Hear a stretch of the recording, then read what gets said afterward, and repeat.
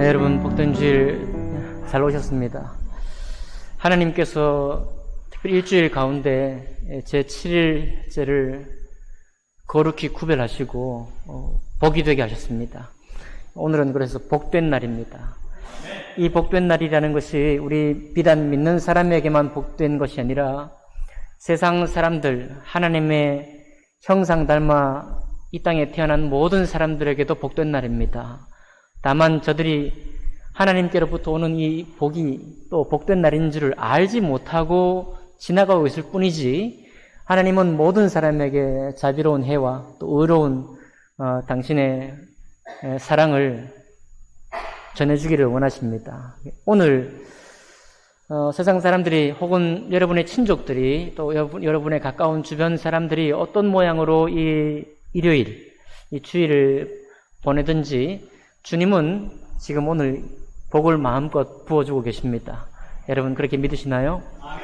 아마 혹시 명절날 잘 보내신 줄 아는데, 명절에 또 멀리서 온 가족 혹은 먼 데로 찾아간 가족이나 우리의 친구들, 친척들로부터 오랜만에 혹은 어떤 소식을 들었다고 한다면, 그리고 그 소식 가운데 주님을 알지 못하는 우리 친구들, 친척들을 통해서 어떤 힘겨운 소식, 어려운 소식들이 있었다고 한다면, 여러분 그분들을 위해서 기도합시다.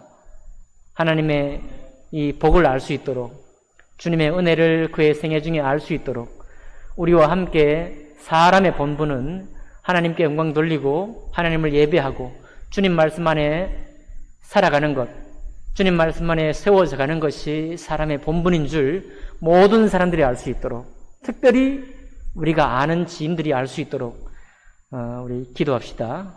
그렇게 될 때 하나님이 이미 주시는 복을 저들도 언젠가는 깨닫고 주님께로 돌아와서 평안과 감사 중에 주님을 예배할 줄 믿습니다. 우리는 얼마나 복됩니까? 그런 중에 먼저 주님께 부름받아서 우리가 뭐 잘해서가 아니라 먼저 주님을 알게 되어서 이렇게 복된 예배를 드리게 되었습니다. 모쪼록 여러분, 이제 오늘이 명절 연휴 마지막 날이기도 하고 이제 또 가을이 깊어가는 그런 날들인데 추수의 계절처럼 여러분 좋은 소식들 많이 듣고 또 있기를 주님 이름으로 축복합니다. 네, 시간 하나님 말씀 보도록 하겠습니다. 모두 자리에 일어나셔서 여호수아 3장에 있는 말씀,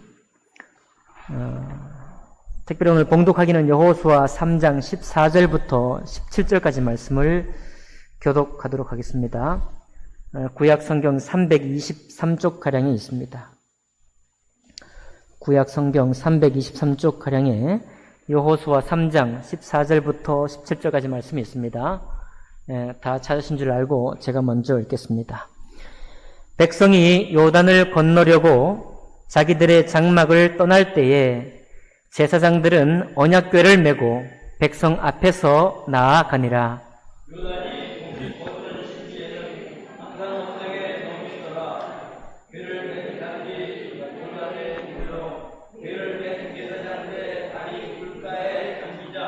곧 위에서부터 흘러내리던 물이 그쳐서 사르단에 가까운 매우 멀리 있는 아담 성읍 변두리에 일어나 한 곳에 쌓이고, 아라바의 바다 염해로 향하여 흘러가는 물은 온전히 끊어짐에 백성이 여리고 앞으로 바로 건널세.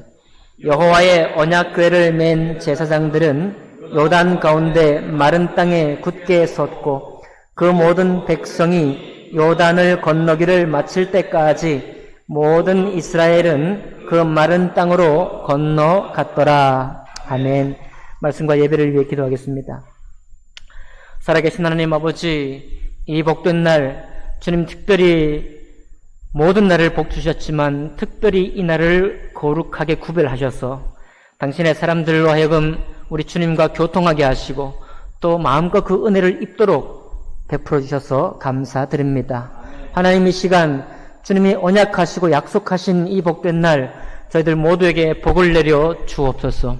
또 저희의 예배를 통하여 하나님 또한 저희들의 입술을 통해서 우리가 알고 있는 모든 사람들이 주님의 은혜와 복을 힘입을 수 있도록 인도해 주옵소서.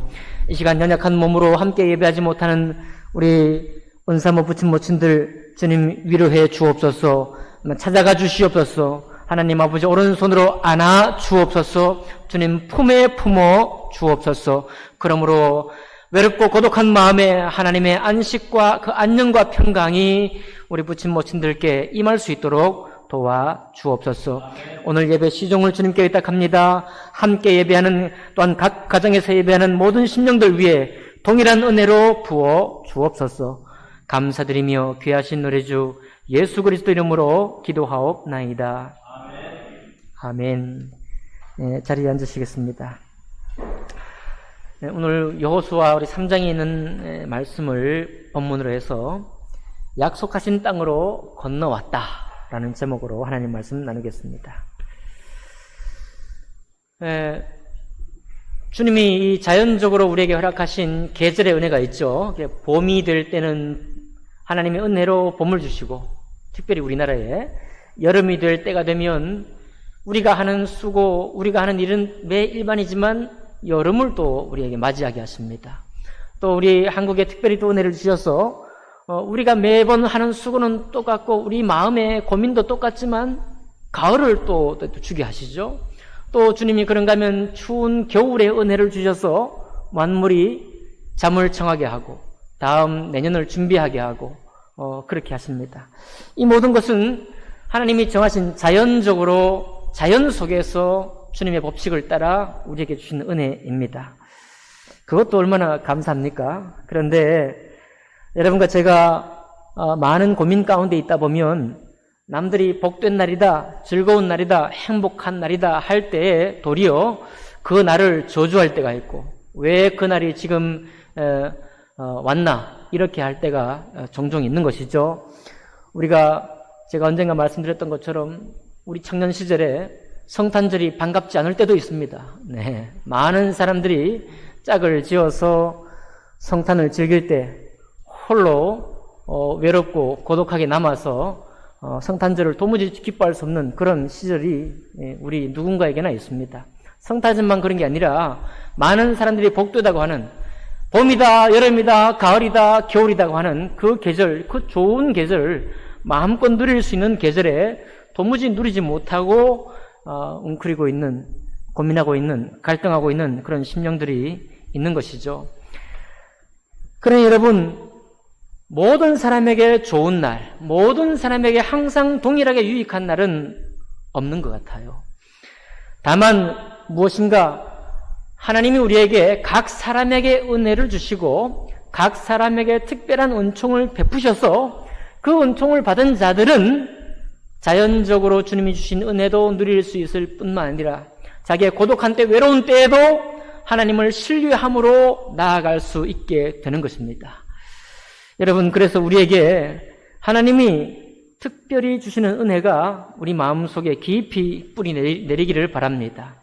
여러분과 제가 믿고 있는 우리 주님의 그 놀라운 능력과 그 힘이 우리의 일상생활 속을 뚫고 들어가, 우리 영혼 깊숙이 뚫고 들어가 주님이 좌정하실 수 있는 그런 강건하신 예수님이 여러분과 제 마음속에 계시기를 원합니다. 다시 또 그럼에도 불구하고 여러분, 우리 아가서의 사랑은 죽음보다 강하고 죽음처럼 강하고 그렇게 말씀하셨죠.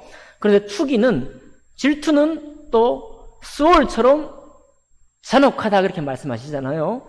이 두 가지는 다 하나님의 사랑의 두 가지 측면이지만 우리 사람에게도 한번 적용해 보겠습니다. 여러분, 우리가 말하는 것이 단지 우리 사람의 단순한 고독이나 단순한 외로움이나 단순한 고민이나 그런 정도라고 한다면 우리는 쉽게 지나갈 수 있을 겁니다. 그러나 우리를 하나님의 질투가 아닌 이 세상의 질투, 내 속에 있는 자꾸만 하나님의 은혜 밖으로 우리를 끌고 가려고 하는 이 질투의 힘도 수월 만큼 강하기 때문에 우리가 거기에 종종 넘어지게 되고 참 주님의 은혜 안에 강건히 섰다가도 자꾸만 쓰러지게 되는 일이 있는 것입니다. 왜 그런가요? 우리를 유혹해서 주님의 은혜 밖으로 끌어내려고 하는 이 사단의 힘, 또 우리 질투의 힘, 그리고 주님을 대적하는 힘이, 이 근원적인 힘이 여전히 우리를 유혹하고 있기 때문에 그렇습니다. 그래서 우리는 단순한 위로를 우리가 나누는 것이 아닙니다. 우리는 단지 고독에서 벗어나는 것만이 우리에게 위로가 되지 않는 거예요. 우리는 단지 외로움을 이기고 다른 사람들과 함께 있는 그것만으로 우리가 정말 능력 안에 살 수는 없는 것입니다. 어느 만큼 심합니까? 우리 믿는 사람들 가운데도 주님의 은혜를 알고도 도리어 하나님의 말씀을 의심하는 데까지 이를 만큼이나 이 유혹이 강하게 우리에게 찾아오는 것입니다. 그런 여러분과 저에게 오늘 이 말씀이 하나님의 놀라운 은혜의 능력이 우리 속에 정말 뿌리 내리고 우리 머리에 좌정하셔서 항상 우리에게 샘솟는 생명의 공급이 되기를 주님 이름으로 축복합니다.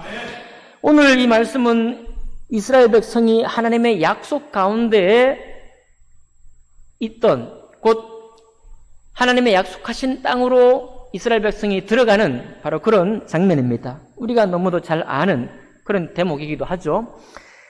우리 주님께서는 창세기에 아브라함을 부르실 때 이미 약속하셨습니다. 내가 내게 보여줄 땅으로 가라. 내가 내게 보여줄 땅으로 가라. 그렇게 말씀하실 때 아브라함이 둘러 바라본 땅이 어딘가 하면 바로 가나안 땅입니다. 가나안 땅. 가나안 땅을 지날 때 그 말씀을 받은 것이죠. 그리고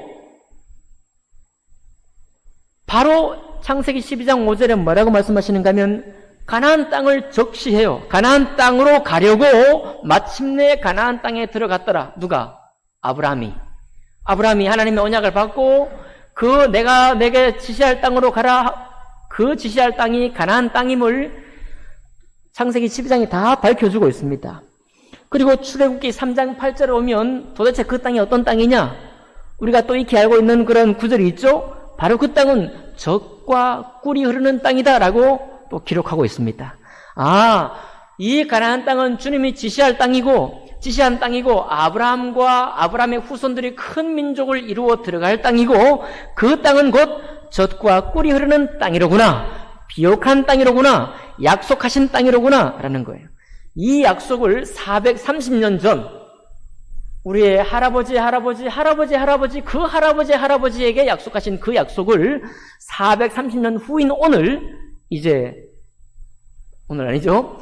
홍해바다 건널 때 그 땅에 들어가게 하시고 정말로 하나님의 약속하신 그 정중앙의 땅을 들어가는 날이 바로 오늘이에요. 요단강을 건너서 넘어가는 그 약속을 받은 것입니다.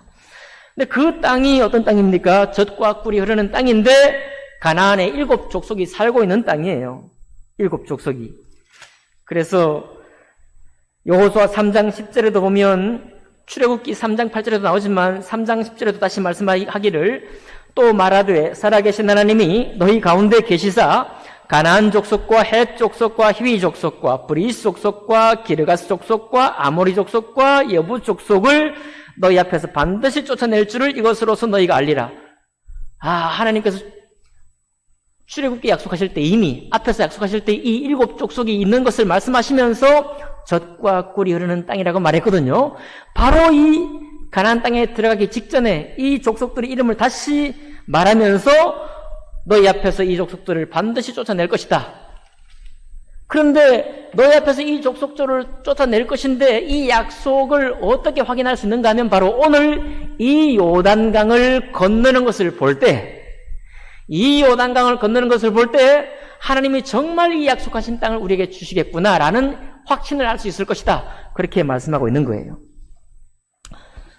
여러분, 홍해바다 건너는 것도 어려운 일이었죠. 사람으로 불가능한 일이었죠. 그럼에도 불구하고 주님이 홍해바다를 건너게 하셨습니다. 오늘 요단강을 걷는 것도 사람으로 할 수 있는 일이 아니죠. 왜 그런가요? 오늘 여러분과 제가 읽은 15절, 16절 보니까 요단이 곡식을 거두는 시기에는 항상 언덕에 넘치더라. 궤를 맨 자들이 요단에 이르며 궤를 맨 제사장들의 발이 물가에 잠기자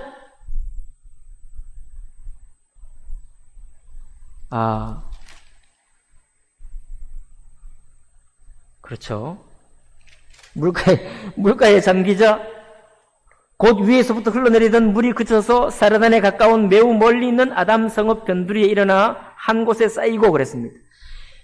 여기 13장 어딘가에 보면 이때 요단강을 건널 때는 우기라 요단강 물이 넘실댄다라고 나와 있어요. 찾으신 분은 저에게 절수를 말씀해 주세요. 요단강 물이 넘실대는 겁니다. 여기 뭐 성지순례 다녀오신 분들은 요단강에게 이게 요단강이냐라고 우리가 여러 번 말씀 나눴죠. 그러나 당시에는 이스라엘 120만 이상 되는 사람들이 넘실거리는 그 강물을 뚫고 넘어서 건너가야 될 바로 그런 큰 강이었다. 작지 않은 강이었다는 것을 우리가 보게 됩니다. 자, 그 강을 건너야 되는 거예요. 그 강을.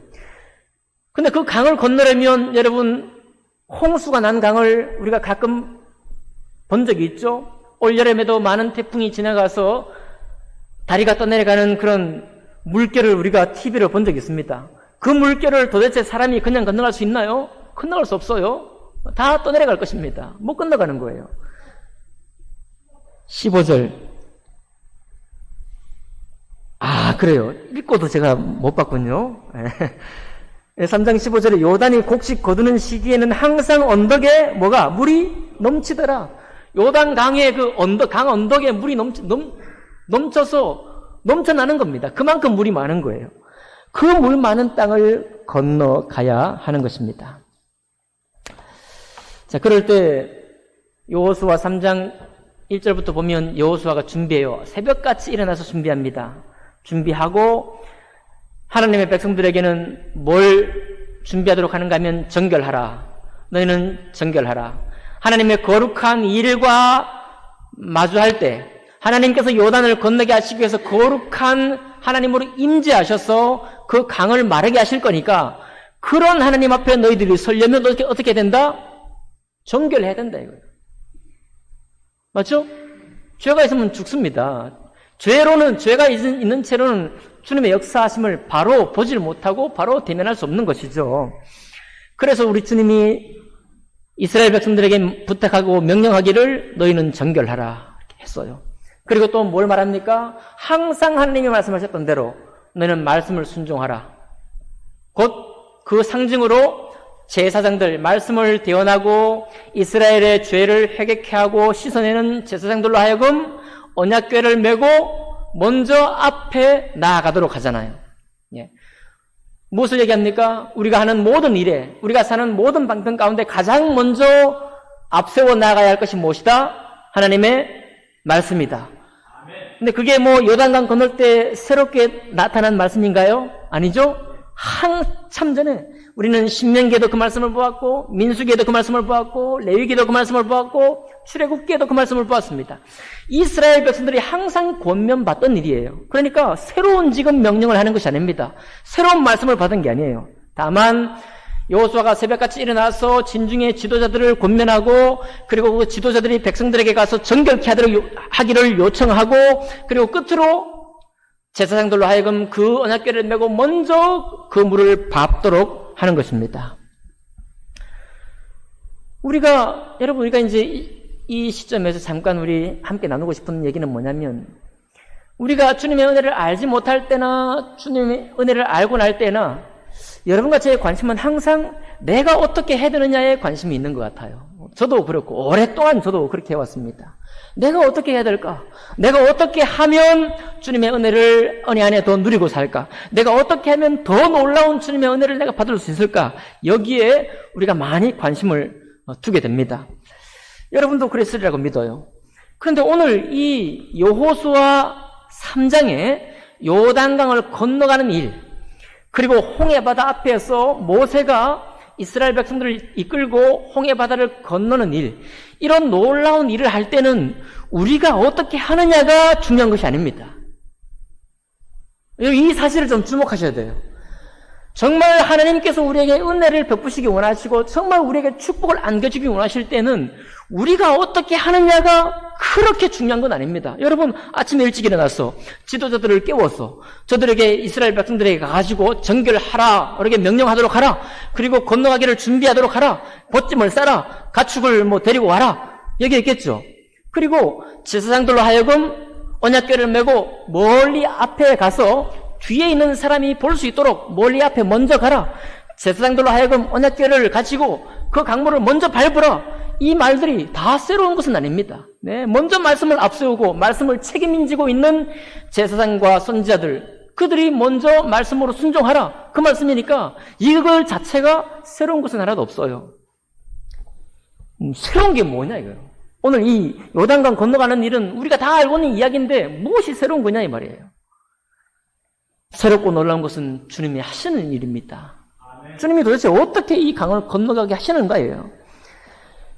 우리가 읽었던 우리 16절 다시 볼까요? 곧 위에서부터 흘러내리던 물이 그쳐서 사르단에 가까운 매우 멀리 있는 아담 성읍 변두리에 일어나 한 곳에 쌓이고 아라바의 바다 염해로 향하여 흘러가는 물은 온전히 끊어지매 백성이 여리고 앞으로 바로 건널세라고 말했습니다. 자, 돌아가면서 건너는 게 아니라 직통으로 직접 건너는데 왜 어떻게 직접 건널 수 있느냐 하면 북쪽 한 11km, 13km 더 멀리 있는 사르단에 가까운 아담 성읍 변두리 거기에 옛날 번역으로 하면 상류 물 근원이 끊어지매라고 나와요. 그죠? 상류 물 근원이 한 곳에 쌓여요. 한 곳에 쌓이니까 위에서 내려오는 물이 한 곳에 딱 막았으니까 어떻습니까? 물이 흘러내려올 수 있어요? 없어요? 내려올 수 없죠. 물이 그쳤습니다. 위에서 내려오는 물이 그쳐지니까 요단강을 건너는, 그리고 요단강 물이 흘러서 사해로 들어가는 그 물이 흘러갈 수 있어요? 없어요? 네, 물이 막히니까 없습니다. 그런데 이것만 해도 너무 놀랍고 대단한 것인데 17절 상반절은 뭐라고 하고 있습니까? 여호와의 언약궤를 맨 제사장들은 요단 가운데 어디에 섰고? 마른 땅에 굳게 섰고 그랬습니다. 우리가 언젠가 이 말씀을 보았습니다. 마른 땅에 굳게 섰고 그 모든 백성이 요단을 건너기를 마칠 때까지 모든 이스라엘은 그 마른 땅으로 건너갔더라. 제가 이제 말씀드렸죠. 홍해 바다는 그래도 밤새도록 주님이 동풍을 불어서 말리셨기 때문에 마른 땅이 된 거예요. 근데 요단강 물은 물 근원이 끊어지고 물이 좀 질척질척해도 건너갈 수는 있잖아요. 안 그래요? 여러분 뭐 그런 경험이 많지 않으시겠지만 저희 시골에는 동천강이라고 강이 있었어요. 그 강에 물이 내려와도 우리 어머니들이 보쯤 지고 그 강 건너서 다 팔고 왔습니다. 홍수지면 못 건너지만 물 쫄쫄 흐르는 거야 뭐 왜 못 건너겠어요. 그 보가 하나 있어도 다 건너갑니다. 그러면 여기 마른 땅은 왜 마른 땅이 돼야 돼요? 마른 땅 아니어도 건너갈 수 있는 거예요. 그런데 우리 주님이 뭐라고 하는 거예요?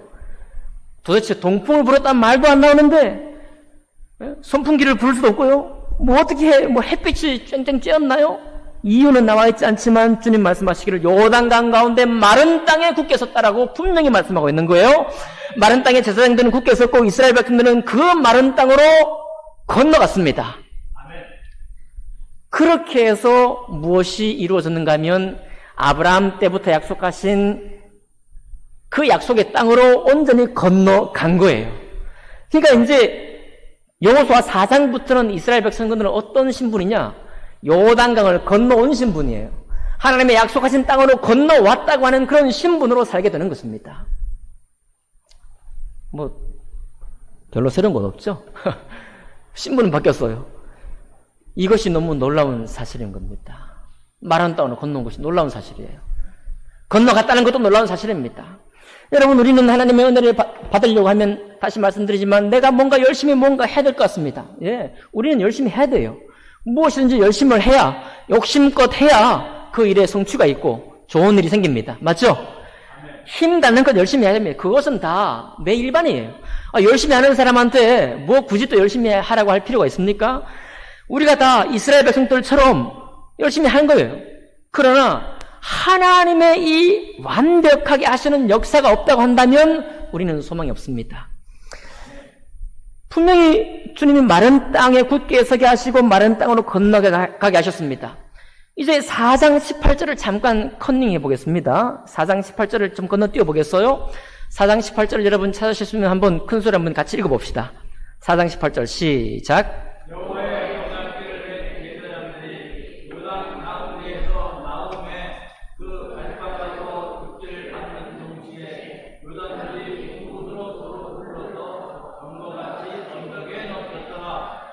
네.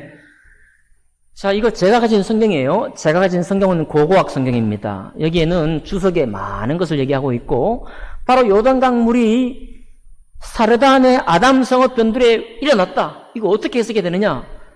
제가 뭐 읽어드릴까요? 제 주석에 이렇게 되어 있습니다. 지진이 일어났다. 지진이. 여러분 1년 전에 제가 이 말씀 드렸는데 기억나실지 모르겠습니다. 지진이 일어나서 막아설 것이다. 1927년, 최근이죠. 1927년에도 요단강 위에서 지진이 나가지고 제방이 무너졌고 21시간 이상 물이 완전히 끊어졌다라고 나와요. 그러니까 이거 이해가 안 되는 겁니다. 이해할 수 없는 거예요. 여러분 자연현상으로 분명히 자연적인 물이 끊어지고 거기에 물벽이 서려면 뭔가 자연적인 일이 있어야 될 거 아닙니까? 투명한 뭐 하나님이 뭐 장풍으로 막아서는 거 아닌 이상은. 그죠? 그러니까 생각을 골똘히 해보니까 지진이에요. 지진이 일어나서 물벽이 딱 뭡니까? 땅이 일어났겠죠. 물벽이 딱 세워져서 물을 막았을 것이다. 이것이 최선으로 이해할 수 있는 방법입니다. 자연과학적으로. 우리 사람이 이걸 하는 거예요. 이런 생각을 하는 것입니다. 말씀 그대로 믿으면 되는데 말씀 그대로 믿고도 조금 이제 의심이 생기니까 한번 이해를 해보는 거예요. 근데 제가 1년 전에 이 말씀 드렸습니다. 그렇게 해도 이해는 안 됩니다. 왜 안 된다고 말씀드렸을까요?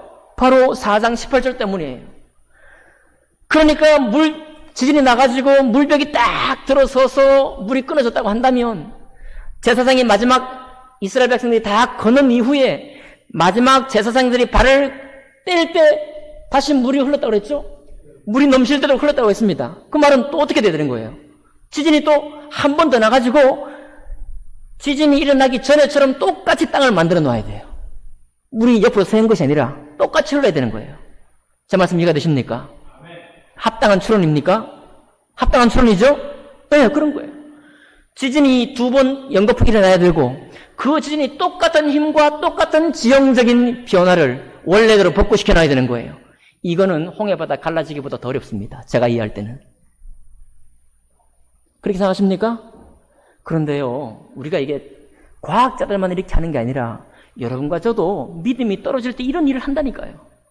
하나님 말씀이 정말 마른 땅으로 건너게 와서 완전히 마른 땅으로 바짝 말라서 이제는 내 이전의 삶과는 나의 지금의 삶은 완전히 달라졌다. 나는 이제 은혜 안에 살게 되었고 나는 이제 약속의 땅으로 건너왔다 라고 선포하고 선언하고 살아가야 하는데 아직도 여러분과 제 삶 속에 옛날에 흐르던 물이 찔찔 흐르고 있습니다. 나를 괴롭혔던 과거의 기억이 아직도 흘러내리고 있는 거예요. 주님은 바짝 마르셔가지고 이제 더 이상 물을 공급하지 않으시는데 옛날의 흔적들, 옛날의 상처들을 나에게 흘려보내고 있지 않다고 분명히 말씀하셨는데 나는 계속 끌어대고 있는 겁니다. 상류의 물을 자꾸 끌어대고 있는 거예요. 그러다가 성경 말씀 보다 보면 시험 듭니다. 무슨 마른 땅이 말이 되나 이거예요. 지진이 났겠지. 주석 보고 시험 들고요. 그리고 마른 땅이 되기 전에 물은 끊어지는 건 이해가 되지만 물은 질퍽질퍽 있었겠지. 물은 있었을 거야. 어떻게 그러니까 마른 땅이 들 수 있어. 동풍도 안 불었는데. 그렇게 생각하고 지나가기 시작하는 거예요. 그러면서 이제는 하나님 우리에게 주신 완벽하신 은혜를 멀리하기 시작합니다. 내게 있는 이 괴로움과 이 상처가 주는 이 아픔 때문에 자꾸만 주님이 우리에게 주신 이 깨끗한 은혜, 이 놀라운 은혜, 이 완벽한 은혜를 거절하기 시작하는 거예요. 여러분, 그렇게 하면 안 됩니다. 여러분, 우리는 하나님의 약속하신 땅으로 이미 건너왔어요. 건너와버렸습니다. 다시는 질책한 물로 돌아갈 필요가 없는 거예요. 여러분, 홍해바다를 건너왔는데 다시 이집트 땅으로 왜 돌아가겠어요? 그런데도 이상하게 우리는 나의 과거를 생각하는 거예요. 오늘 내가 힘들면 옛날을 돌아봅니다. 옛날에 그때 내가 상처를 입었지. 그때 내가 이런 일이 있었지. 그 일들이 오늘 나를 또 괴롭히는구나. 오늘 내일도 내가 그 생각을 하는 겁니다. 이것이 다 무엇인가요? 이게 다 뭡니까? 하나님이 마른 땅으로 나의 모든 어려운 상처, 어두운 습한 곳을 마른 땅으로 쫙 말려놓았는데 거기에 다시 물을 흘리는 것과 똑같은 거예요. 그래서 여러분, 믿어서 그리스도인 된 우리가 믿음의 능력을 가지고 살지 못하게 되는 이유가 되는 거예요. 여러분, 스가랴서에는 뭐라고 했는지 아십니까? 그날이 오면 내가 이 땅에서 우상의 이름을 지워서 아무도 다시는 그 이름을 기억하지 못하도록 하겠다. 나 만군의 주가 하는 말이다 그래요. 여러분과 제가 지금까지 얼마나 우상에게 당했습니까? 얼마나 내 과거의 상처에 우리가 지금 당하고 사나요? 내일도 내가 추억의 사진첩을 뒤적이면서 또 그 아픈 상처들을 생각하고 나를 힘겹게 할지 모릅니다. 그러나 주님의 은혜는 무엇이냐? 그날이 오면 내가 이 땅에서 우상의 이름을 지워서 아무도 다시는 그 이름을 기억하지 못하도록 하겠다. 다시 내가 상처 입은 그 과거를 기억하지 못하도록 하겠다 이 말이에요. 바짝 말려버리겠다는 겁니다. 나를 습하게 하고 나를 어두운 가운데 끌어갔던 모든 일들로부터 나를 완전히 건조시켜버리겠다 이거예요. 이제는 은혜만 생각할 수 있도록, 은혜만 누릴 수 있도록 도와주겠다는 그런 약속입니다. 요한복음 13장 10절에 주님 뭐라고 말씀하셨나요? 이미 목욕한 사람은 온몸이 깨끗하기 때문에 발밖에 씻을 필요가 없다. 발밖에 씻을 필요가 없는데 우리의 상처는 너무 뿌리가 깊어서 온몸이 여전히 더럽혀진 상처로 있는 것처럼 생각해요. 다시 회개할까요? 다시 주님께 나갈까요? 아닙니다. 주 예수의 은혜는 온 몸과 온 영을 깨끗하게 인도하셨습니다. 그 이후로 내가 범하는 죄는 여러분 헷갈리지 마세요. 이스라엘 백성은 홍해바다 건너기 전에도 똑같은 이스라엘 백성이었고 홍해바다 건너 광야 40년 동안에도 똑같은 행실로 보였습니다. 심지어 여기 요단강을 건너고서 하나님이 주신 큰 민족과 나라를 이루고도 이스라엘은 여전히 이스라엘이었습니다. 저들이 하나님을 못 믿는 것은 여전히 못 믿었어요. 맞나요? 그렇다고 여러분과 제가 이스라엘을 본받아야 됩니까? 우리가 그렇게 연약하다는 것은 인정은 하되 받아들이되 하나님의 은혜가 얼마나 크시고 놀라운가를 생각해야 하는 거예요. 온몸이 깨끗하기 때문에 발밖에 씻을 필요가 없는 것입니다. 또 뭐라고 하고 있습니까? 히브리서 6장 4절 6절에 이렇게 말씀합니다. 한 번 비침을 얻고 하늘의 은사를 맛보고 성령에 참여한 바 되고 하나님의 선한 말씀과 내세의 능력을 맛보고 타락한 자들은 다시 새롭게 하여 회개케 할 수 없나니 이는 자기가 하나님의 아들을 다시 십자가에 못 박아 현저히 욕을 보임이라. 여러분, 그러니까 우리가 지나간 과거를 생각하고 나의 아픈 상처를 불러오는 것 좋아요. 옛날 추억의 사진첩을 바라보면서 내 인생에 인도해 주신 주님을 생각하는 것 좋습니다. 좋은데 그렇게 하는 일이 우리 인생 중에 자연스러운 일이지만 여러분, 봄과 여름과 가을과 겨울을 주시는 것은 인생에게 자연스러운 일이지만 그러나 예수 그리스도의 십자가로 우리에게 주신 이 은혜는 결코 자연스럽지 않아요. 결코 자연스럽게 찾아오지도 않습니다. 이 은혜는 특별한 은혜요, 단절된 은혜요. 이 은혜는 우리의 모든 습한 과거로부터 바짝 말려서 완전히 건조시켜서 다시는 뒤로 돌아갈 필요가 없는, 다시는 뒤로 돌아볼 필요도 없는 그런 은혜를 우리에게 시작하신 것입니다. 얼마나 이것이 소중하면 이렇게 강하게 말하는 거예요. 한 번 비침을 얻고 하늘의 은사를 맛보고 성령에 참여한 바 되고 하나님의 선한 말씀과 내세의 능력을 맛보고 타락한 자들은, 다시 뒤로 돌아보는 사람들은 다시 새롭게 하여 회개케 할 수 없나니 이는 자기가 하나님의 아들을 다시 십자가에 못 박아. 왜요? 우리 주님은 여러분과 저의 영원한 죄의 값을 지불하셨습니다. 여러분, 우리의 모든 죄의 저주를 도말하셨어요. 왜 좋으십니까? 인생의 모든 죄를 주님이 도말하셨어요. 모든 인류의 범죄를 책임지셨습니다. 그 죄값을 다 지불하신 거예요. 아멘. 믿으십니까? 아멘. 그거를 믿으니까 우리에게 해코지하거나 잘못한 일반 사람들에게도 여전히 저들에게 주님의 은혜가 있기를 우리가 바라는 거예요. 이는 자기가 하나님의 아들을 다시 십자가에 못 박아 현저히 욕을 보임이라. 여러분, 이렇게 경고하시면 우리가 구원받았다가 취소될 수 있다, 그런 말 하려고 하는 것이 아니라 왜 다시 고생하느냐 이 말이에요. 왜 다시 그렇게 고생하는 길로 다시 생각을 돌아가느냐 이거예요. 왜? 나는 너를 완전히 바짝 말려놓았는데 네가 고생하고 저주받던 모든 수신과 근심으로부터 주님의 놀라운 은혜로 완전히 건너오게 만들어 놨는데 왜 뒤로 또 돌아가느냐? 왜 고생하느냐 이거예요. 주님의 안타까움입니다. 왜 또 고생하느냐? 왜 옛날로 또 돌아가느냐? 그런 말이에요. 그리고서 말씀하신 건 십자가예요. 그러니까 여러분, 바닥이 마른 것하고 요단강 그 강물이 마른 것하고 비교할 수 없는 십자가의 은혜인 것입니다. 십자가의 은혜는 그보다 더욱더 우리의 모든 과거로부터 말려버리는 거예요. 죄의 저주로부터 우리를 말려버린 것입니다. 가난의 저주로부터 우리를 말려버리는 거예요. 여러분, 우리의 모든 지나간 과거의 상처로부터 우리를 바짝 말려버리는 겁니다. 깨끗하게 말려버리는 거예요. 아멘 합시다. 아멘.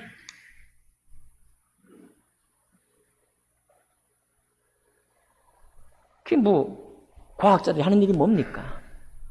신학자들이 하는 게 뭐예요? 정신이 똑바로 박힌 신학자들은 우리의 참된 신앙을 위해서 신학을 합니다. 정신이 똑바로 박히지 않은 신학자들은 이성의 지혜로, 과학의 지혜로 이 성경을 해석하려고 하다가 은혜를 간구하는 거예요. 근데 여러분과 제가 만약 주님의 은혜 말씀을 바라볼 때 육신의 눈으로 바라보고 이성의 눈으로 바라보고 과학의 눈으로 바라보고 신학자의 눈으로 바라본다면 우리가 그들보다 더 많이 배웠나요? 우리가 그들보다 더 많이 똑똑합니까? 알지 못하는 일을 하는 사람들의 말에 우리가 끌려갈 이유가 없는 것입니다. 오직 여러분과 저에게는 무엇이 주어졌느냐? 하늘에서 오신 주님이 주신 성령의 말씀이 있는 것입니다. 골로새서 2장 6절 7절에 이렇게 말씀합니다. 그러므로 너희가 그리스도 예수를 주로 받았으니 그 안에서 행하되 그 안에 뿌리를 박으며 세움을 받아 교훈을 받은 대로 믿음에 굳게 서서 감사함을 넘치게 하라. 여러분, 사람들이 흔들리죠? 여러분과 저도 흔들립니다. 우리 주님은 흔들리는 사람을 보고 탓하는 게 아니에요. 여러분, 혹시 바람 많이 부는 날 나무들이 흔들리는 거 봤습니까? 바람 많이 부는 날 초목들이 흔들리는 거 봤어요? 막 흔들리는 거예요. 막 흔들린다. 땅에 지면 위에 있는 모든 건 흔들리게 돼 있어요. 그런데 무엇만 흔들리지 않느냐? 뿌리는 흔들리잖아요. 뭐가 흔들려요? 그래서 주님이 비유하기를 그러므로 너희가 그리스도 예수를 주로 받았으니 그 안에 생하되 그 안에 뿌리를 박으며 했습니다. 뿌리를 박으며. 우리 주님은 겸손하신 분이에요. 지금도 여러분과 저에게도 여전히 겸손하십니다. 뭐요? 여러분과 저의 신앙의 뿌리가 되기를 원하는 거예요. 뿌리! 아무리 사람들이 보길 때, 야, 저 사람 믿음 없는 것처럼 보인다? 저 사람 어떻게 저런 일을 만나서 또 저렇게 넘어지지? 그렇게 흔들리는 것처럼 보여도 만약 그분 마음속에 예수 그리스도의 이 놀라운 십자가의 은혜, 이 부활의 은혜가 든든히 뿌리 내리고 있다면 그 뿌리 때문에 우리는 견디는 것입니다. 흔들려도 견디는 거예요. 또 뭐라고 하고 있습니까? 골로새서 2장 18절에 보면 모든 사람이 너무나 헛되이 과장한다 이거예요. 다른 많은 것을 너무 헛되이 과장해. 그러나 과장하지 않는 게 뭐냐 하면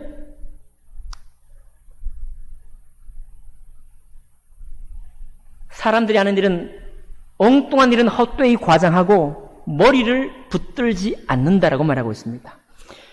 헛되이 과장하고 머리를 붙들지 아니하는지라 온 몸이 머리로 말미암아 마디와 힘줄로 공급을 받고 연합하여 하나님이 자라게 하심으로 자라느니라 말씀하고 있어요. 여러분, 예수님은 우리의 종이요 우리를 섬기기 위해 우리의 넉넉히 뿌리가 되는 것도 좋아하시지만 주님은 또한 우리의 주님이십니다. 여러분, 주 예수님은 우리의 머리셔요. 아, 이상해. 머리로부터 온 몸에 뭐가? 힘이, 마디와 힘줄로 머리에서부터 공급을 받는 거예요. 주님이 머리 되셔서 우리에게 공급하는 겁니다. 공급하셔서 연합하여 하나님이 자라게 하심으로 자라가는 거예요. 근데 고린도서에 다른 말씀에 보면 눈이 귀들어 네가 너 볼 수 있느냐? 귀가 입들어 그런다 그랬죠? 손이 발들어 뭐라고 할 수 있느냐? 그 말씀은 우리 지체의 모든 것이 소중하다 그런 말씀이죠. 하나님의 사람, 하나님의 피조물 된 우리 성도들 한 사람 한 사람들 전부 다 자기 역할이 따로 있고 자기 은사가 따로 있다는 그런 말입니다. 그러나 오늘 이 말씀은 야, 머리만 있으면 사람이 살 수 있냐? 이렇게 따지라고 주신 말씀이 아니에요.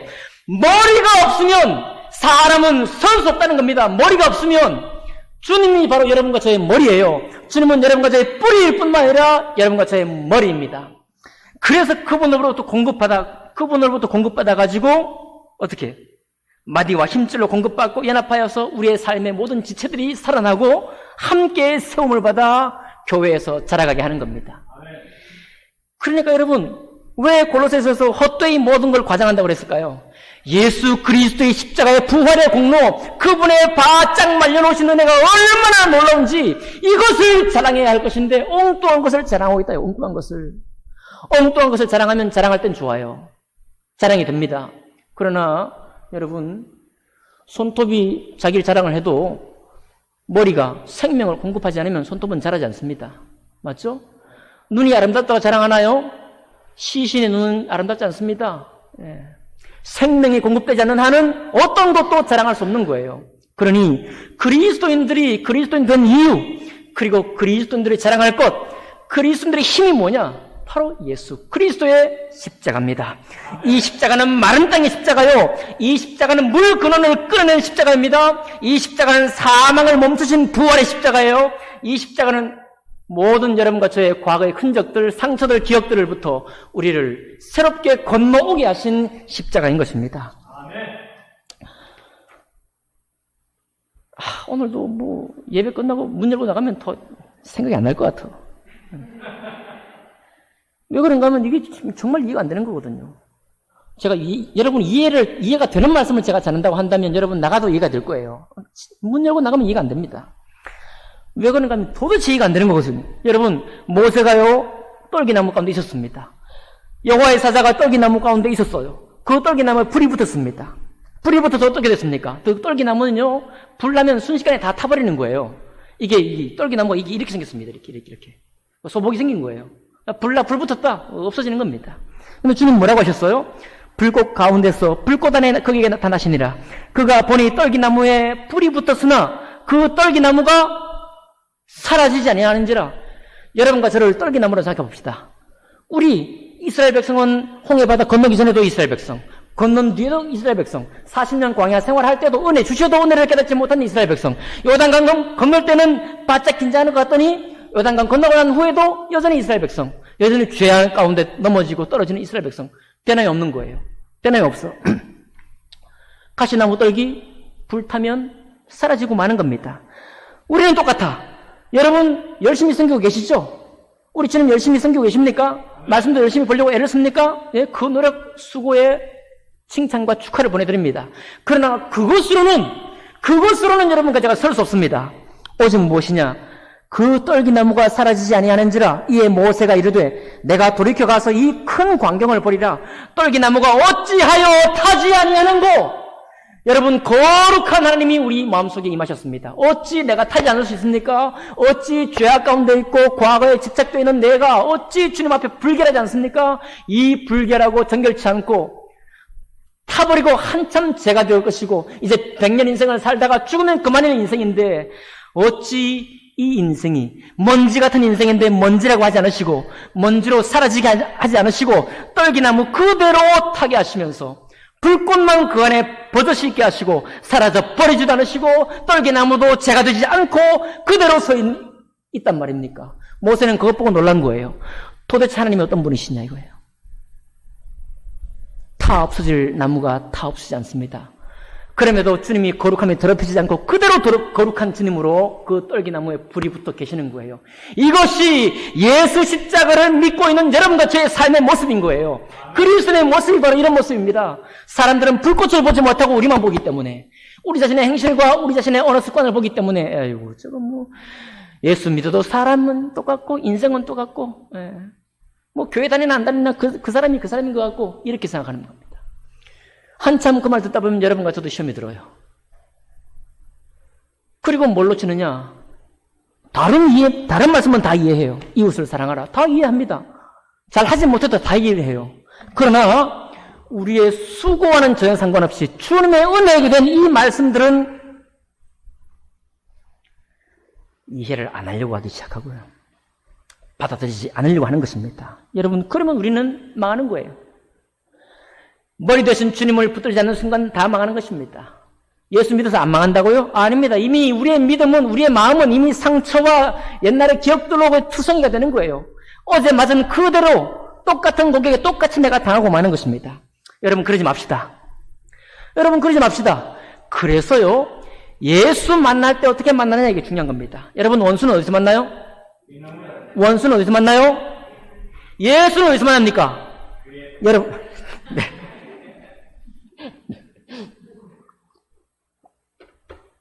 우리 집사님 믿음이 많아서. 그렇지, 뭐, 교회에서 만나야지. 어디서 만나요? 여러분, 주님도 막다른 골목에서 만나는 것입니다. 주님도 외나무다리에서 만나는 거예요. 왠지 아십니까? 공개적으로 만나는 거 아무 유익이 없습니다. 질투는 수월처럼 강합니다. 얼마나 강한지 우리를 착각에 빠져가지고 하나님의 은혜 밖으로 끌고 질질 끌고 갈 만큼이나 강해요. 그러니 그런 대적이 나를 노리고 있는데 막다른 골목에서 외나무다리가에서 원수 만나듯이 주님인가 아닌가, 나를 죽이려고 오시는 건가, 나를 멸망시키려고 오시는 분이신가, 아니면 나를 살리려고 오시는 분이신가 하고 골똘히 쳐다보다가 그때 홀로 된 처지에, 괴롭던 처지에 주님을 딱 만날 때 그 사람 영혼 심령 깊숙이에 예수 그리스도의 십자가가 떡 새겨지는 거예요. 그러니까 이 사람이 자기가 그동안 당했던 외로움과 고초, 상처, 그걸 만날 때 주님을 번뜩 생각하는 겁니다. 왜? 나가 그때 그 상황에 주님 만났기 때문이에요. 여러분, 내가 평안할 때, 시절 좋을 때, 은혜 받을 때로 받은 상태로 주님 만났습니다. 그러면 심각한 타기가 왔을 때 주님을 찾을 정신이 있겠습니까? 정신이 없는 거예요. 주님, 내가 주님 알고 있는데 왜 이런 일이 나에게 왔습니까? 도리어 주님을 원망하기 십상이에요.